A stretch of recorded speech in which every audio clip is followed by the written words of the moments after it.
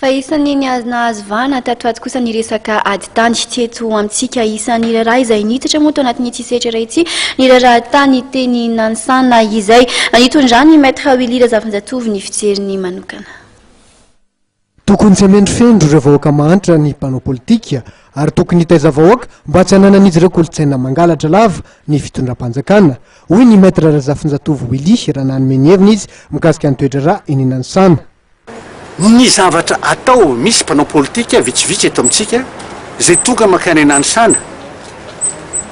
tonga mamendro fendro an'ireo olona ireo sy manome marina any zavatra ataon'le olona, za manao hoe diso zany tsy zay fa ny vahoaka malagasy na vahoaka firenena aiza naiza raha mpanao politika endry izy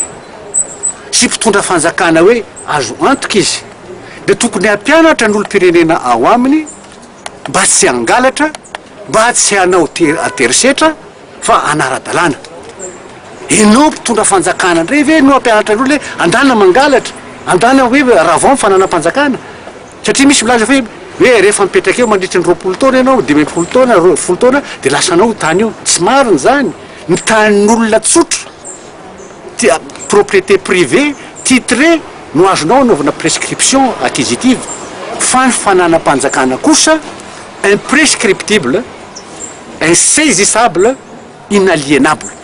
Tsy tojo tamin'ny tokony ho izy kosa ny tolona natao tamin'ny taona 2024 ary olombitso ny tena nahazo tombotsoa raha ny hevitry maître Willy Razafindratovy hatrany. Hatramin'ny 72 fa nisy tolona foana hatramin'izay, hatramin'ny 1947 rehefa tolona avokoa kanefa ny mbola izao ihany ny vokany, ka noho izany mbola mipetraka ihany le valiteny de ny hoe tsy voatery tonga amin'izao nirianao le izy satria tsy hainao nantanteraka le izy araka ny fomba niheveranao azy. Mikasika ny fijoroan'ny gouvernemanta vaovao dia nilaza i maître Willy olala fa tokony omena fotoana aloha ny gouvernemanta iasany sy hanatanterahany ny laharampameana izay napetrany. Isan'ny nandresy lahatra ty sy pahaelalany ity tokoa ny kabary nataon'ny filoha Rajaonarimampianina Hery teny Mahamasina mikasika ny fandriam-pahalemana sy ny fitsarana tsy mitanila.